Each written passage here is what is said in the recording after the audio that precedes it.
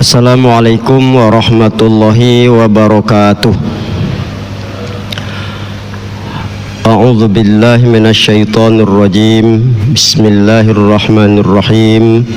Was-sabiqunal awwaluna minal muhajirin wal ansar walladzina tabauhum bi ihsan radhiyallahu anhum wa radu'an wa adda lahum jannatin tajri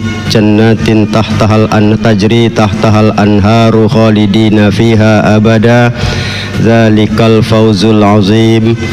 Hamdan wa syukran lillah wassalatu wassalamu ala rasulillah man la nabiyya ba'dah. Allahumma salli ala Muhammadin awwalu makhluqatika nur min nuri dhatika nabika wa rasulika rahmatan lil alamin. Amma ba'du, Bapak Ibu, orang-orang tua saya yang saya muliakan, hadirin dan hadirat yang berbahagia dan yang dirahmati Allah. Puji dan syukur marilah senantiasa kita panjatkan ke hadirat Allah Subhanahu wa ta'ala, serta salawat dan salam kepada junjungan kita Nabi besar Muhammad sallallahu alaihi wasallam yang sangatlah kita harapkan syafaat beliau di yaumil akhirah.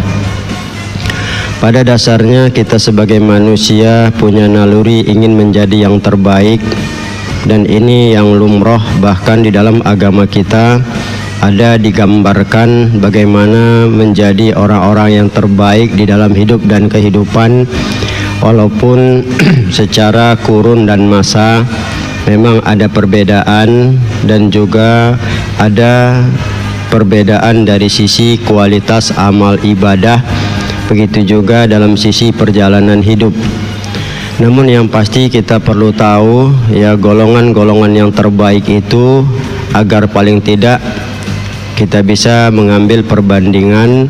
Sisi lain lagi adalah ya memanfaatkan kehidupan yang kita jalani.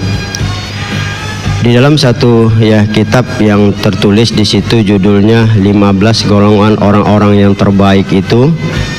Yang pertama adalah golongan para sahabat yang hidup di masa Rasul dan tabi'in. Dan ini memang kita akui. Ya, di dalam Al-Quran pun di dalam surah At-Taubah ayat 100 itu jelas, was-sabiqunal awwaluna minal muhajirin wal ansar walladzina tabauhum bi ihsan. Orang-orang yang terdahulu memasuki Islam atau masuk dalam Islam dan beriman dari golongan muhajirin dan ansar, dan orang-orang yang mengikut ya mereka itu dalam sisi yang ihsan, ya berbuat kebajikan.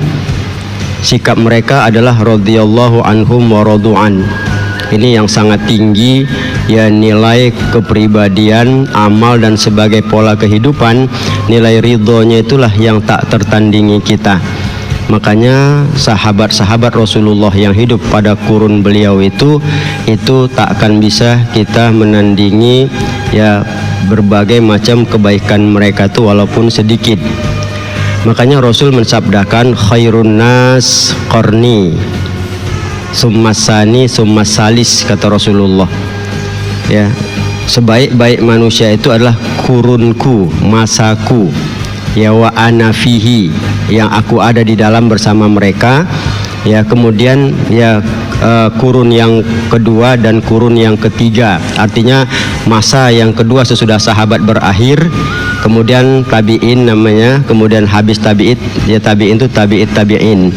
Nah, Rasul hanya menggambarkan 3 kurun ini ya orang-orang yang terbaik pada masa awal itu. Nah, memang kalau kita lihat ya kenyataan apa yang digambarkan pola hidup mereka itu ya luar biasa ya. Segala sisi yang mereka lakukan, pengorbanan nyawa, harta, waktu, ya kemampuan pribadi mereka untuk menghadapi apapun. Tapi ini bagi kita tidak perlu berkecil hati, namun yang pasti ini menjadi contoh sama kita untuk mengikuti kebaikan-kebaikan yang mereka terima langsung dari sumbernya, yakni Rasulullah yang Allah jadikan dia sebagai Rasul dan panutan. Ya maka itu nilai-nilai seperti ini ya bagi kita memang harus diakui secara mutlak. Karena seperti kita ini masih ada ya hitung-hitungan, masih ada timbangan lagi. Ya, kalau mau ngasih ada nggak baliknya, kalau mau ngasih ada nggak pahalanya dan sebagainya. Nah, ini memang terus terang aja ya, kita jujur, di sini kalahlah kita itu. Kalau mereka tidak begitu, bahkan nyawanya sendiri pun ya begitu relanya, seperti Ali bin Abi Thalib ketika Rasul hijrah, ya Utsman bin Affan melepaskan begitu banyak hartanya tanpa sedikit pun ada perasaan keberatan dia. Kita kadang uangnya banyak pun masih mikir, ya uangnya gaji ratusan juta, sedekah 20.000, kan keterlaluan jadi orang itu kan. Ya, padahal kalau kita lihat ya banyak harus dia beri, banyak yang dia tolong, tapi itulah kenyataannya kita kadang lebih cenderung ya memperbanyak harta terus. Ya, sulit memang jauh sekali untuk bisa mengimbangi kurun yang pertama ini. Ya, kita kadang banyak harta, buka usaha ini, buka semua dibukain kadang-kadang. Inilah yang ya takut sekali susah dalam kehidupan ini. Ya, alasan banyak sekali ya. Ini kan alternatif ini dan sebagainya. Inilah kalau kita lihat. Padahal Allah kalau mau menghancurkan kan gampang aja. Seperti negara kita ini kan dulu 98 krisis moneter hancur. Ya, nggak susah kita bilang kalau Allah itu mau ya merusak keberadaan kehidupan kita. Cuma kita aja yang tidak sadar kadang-kadang ya kemana ketergantungan kita tuh. Kalau mereka dulu tidak, ya mereka memang luar biasa. Sampai Abu Dzar sendiri pun ketika Rasulullah ditanya hanya tentang kehidupan orang yang berkecukupan itu, sampai Rasul bilang, ya adakah kau menyimpan makanan sampai lebih 3 hari?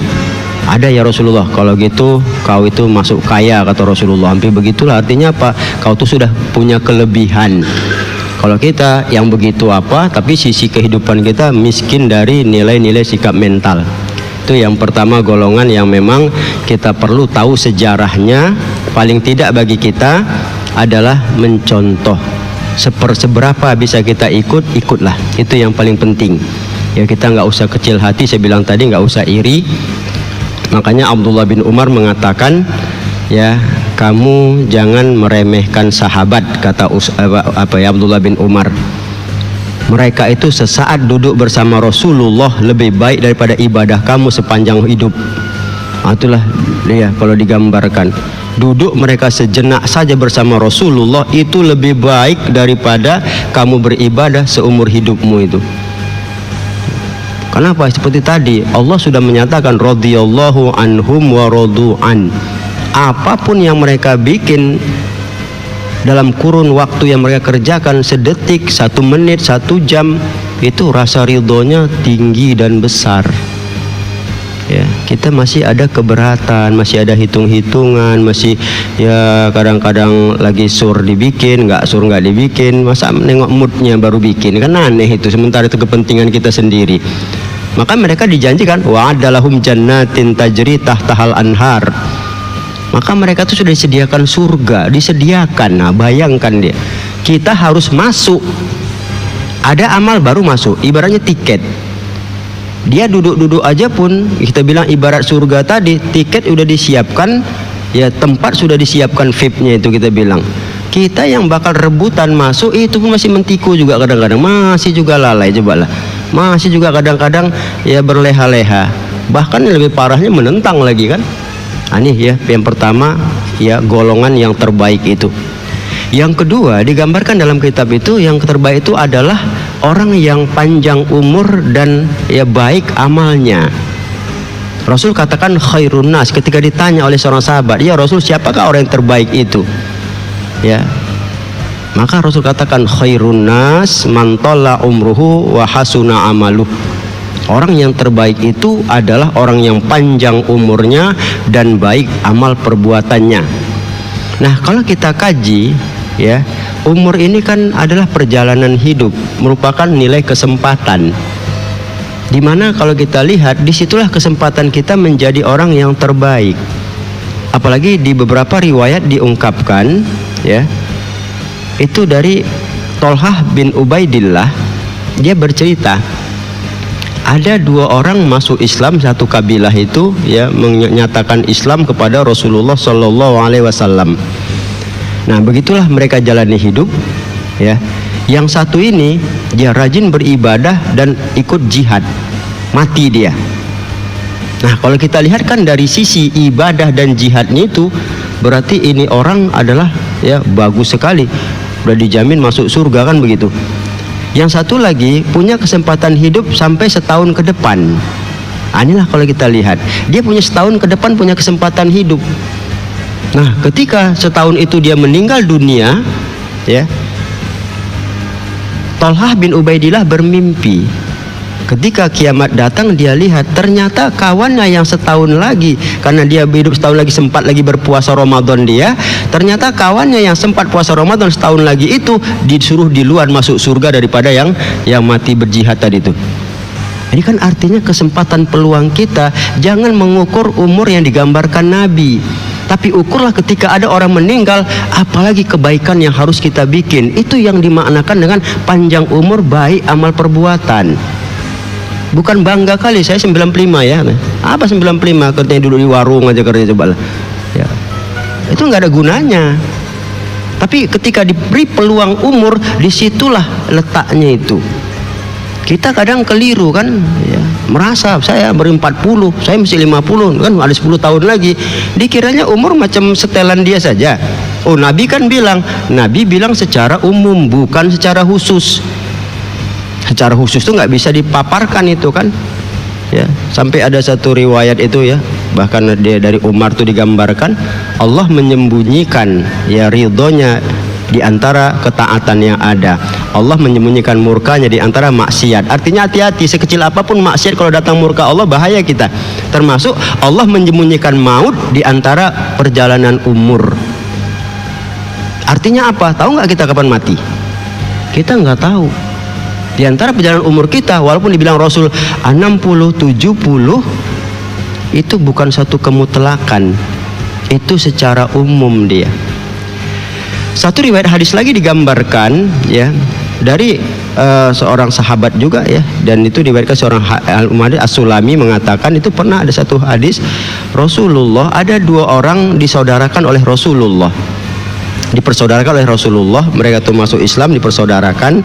Begitulah ya, dalam menjalani kehidupannya ternyata seorang tuh meninggal dunia lebih dahulu dari yang ini tadi. Ini kompak sekali mereka kompak sekali, baik sekali dan rajin serta taat. Nah, meninggal yang satu, selesai meninggal, sudah diselesaikan jenazahnya, seminggu kemudian meninggal yang satu lagi. Nah, kelangnya seminggu aja digambarkan di situ ya. Waktu itu hadis memang ada Umar bin Khattab di situ kan. Nah, selesai dia meninggal yang satu lagi seminggu kemudian, maka mereka ikut sholat, disolatkan oleh Rasulullah dengan para sahabat. Rasul tanya, apalah yang kalian doakan terhadap dia ini? Nah, terhadap jenazah yang seminggu kemudian nyusul kawannya itu, apa yang kalian doakan? Ya, apa kata Umar bin Khattab? Ya, kami mendoakan ya Rasulullah untuk keampunannya, dan kami doakan semoga dia ya bersanding dengan ya saudaranya itu. Arti bersanding kan berarti dekat lagi dia. Bagaimana dia dekat dulu di dunia ini, begitu juga lah mereka mendoakan supaya dekat. Orang bersanding itu kan begitu, itu maknanya ya. Jadi jangan negatif ini masalah sanding ini, bukan orang nikah aja sanding. Artinya sanding ini berdampingan, dekat. Apa kata Rasulullah ditanya sama sahabat? Ya. Artinya mereka menyatakan di luar meninggal seminggu yang lalu, ini menyusul, mereka minta mendoakan diampuni. Oke lah, ketika doa itu disandingkan tadi, Rasul bertanya, jadi kalau gitu di manalah sholat dia ini ya sesudah kawannya meninggal? Di manalah nilai puasa dia ini sesudah kawannya meninggal? Artinya kan didoakan supaya dia sama status tempatnya. Sementara seminggu itu dia banyak beramal, kenapa itu gak dihitung kata Rasulullah? Itulah kalau bahasanya itu. Ini kan menunjukkan walaupun satu minggu lebih umur dia, amal yang dia bikin itu menjadi yang terbaik sama dia. Inilah kalau kita pahami panjang umur baik ya amalnya itu ya. Ini yang perlu dipahami secara mendasar. Jadi makanya seperti kita ini masih bisa bernapas, jantung berdetak, aktivitas masih banyak yang bisa kita bikin. Tidak ada alasan apa yang baik bikin dia ya. Yang meninggal memang orangnya baik, tapi kita masih hidup, berarti kita bisa lebih baik lagi. Nah, ini yang perlu ya. Makanya kadang-kadang ya bukan kita bilang kita membolehkan atau ada hukum yang membenarkan. Kadang-kadang kalau kita ikut memperingati ya 7 hari, 40 hari, misalnya 100 hari misalnya, Itu bukan sekedar kita bilang kita jangan tanya dulu urusannya itu boleh apa tidak, bid'ah dan bukan, tapi mengingat, mengenang dalam doa kita itu sekali mengingat dia sudah 100 hari yang lalu, saya masih diberi kehidupan. Nah, apa yang perlu saya bikin? Wah, kalau gitu saya umur masih dipanjangkan dari dia. Nah, itu yang jadi renungan. Itu yang perlu. Kita jangan kaji-kaji masalah hukumnya kayak mana. Ini ribut aja kerja sih perhukum sementara pribadi kita kosong. Inilah ya kalau kita lihat. Memang susah, apalagi Rasulullah juga menggambarkan, tapi itulah untungnya umur yang lebih panjang tuh lagi. Ya, umatku itu dalam berbuat, kata Rasulullah, seperti air hujan. Ya. Di mana air yang pertama atau yang terakhir yang menyuburkan tanah, kata Rasulullah. Inilah dia kalau kita lihat. Ya, kita ini macam air hujan. Bisa jadi yang meninggal di luar itu kualitas amalnya bagus. Ya. Bisa jadi air hujan yang terakhir itu yang paling menyuburkan tanah. Nah, namun pada dasarnya di sini yang paling penting adalah ada yang kita bikin. Makanya Ali bin Abi Thalib mengatakan, ya, di antara hari yang ketika ditanya apakah hari yang paling baik itu, Abdullah bin Abbas mengatakan hari Jumat, karena itu adalah penghulu sekalian hari. Ya, kalau aku lain, aku tidak menafikan hari Jumat itu, kata Ali bin Abi Thalib, tapi hari yang terbaik di mana seorang hamba melakukan kebaikannya berterima di sisi Allah, itulah sebetulnya hari yang terbaik bagi dirinya. Artinya Ali memacu kita jangan membeda-bedakan hari, tapi berbuat baik itulah yang paling penting dalam kehidupan kita. Jadi makanya golongan yang terbaik adalah panjang umur, di mana dengan panjangnya umur itu dia baik amal perbuatan yang dia kerjakan. Jadi mari jangan mengukur orang yang sudah meninggal itu, ya saya mesti segini ataupun saya mesti segini, itu nggak perlu. Jalani aja hidup, karena kita tidak tahu di antara umur kita, ajal kita di umur yang keberapa, wallahu a'lam. Itu ya tidak bisa dipastikan. Tapi seperti tadi digambarkan, seminggu saja dia itu masih hidup, Rasul mempertanyakan, kalau gitu di manalah ya puasa yang dia bikin? Kalau gitu di mana? Dikemanakan itu puasa yang dalam seminggu itu kalau dia bikin? Dikemanakan sholat yang dia bikin seminggu itu dibandingkan kawannya sudah meninggal? Kenapa doanya mesti sama dalam kedudukannya itu? Ternyata lebih 1 hari pun kita sudah punya hal yang terbaik di dalam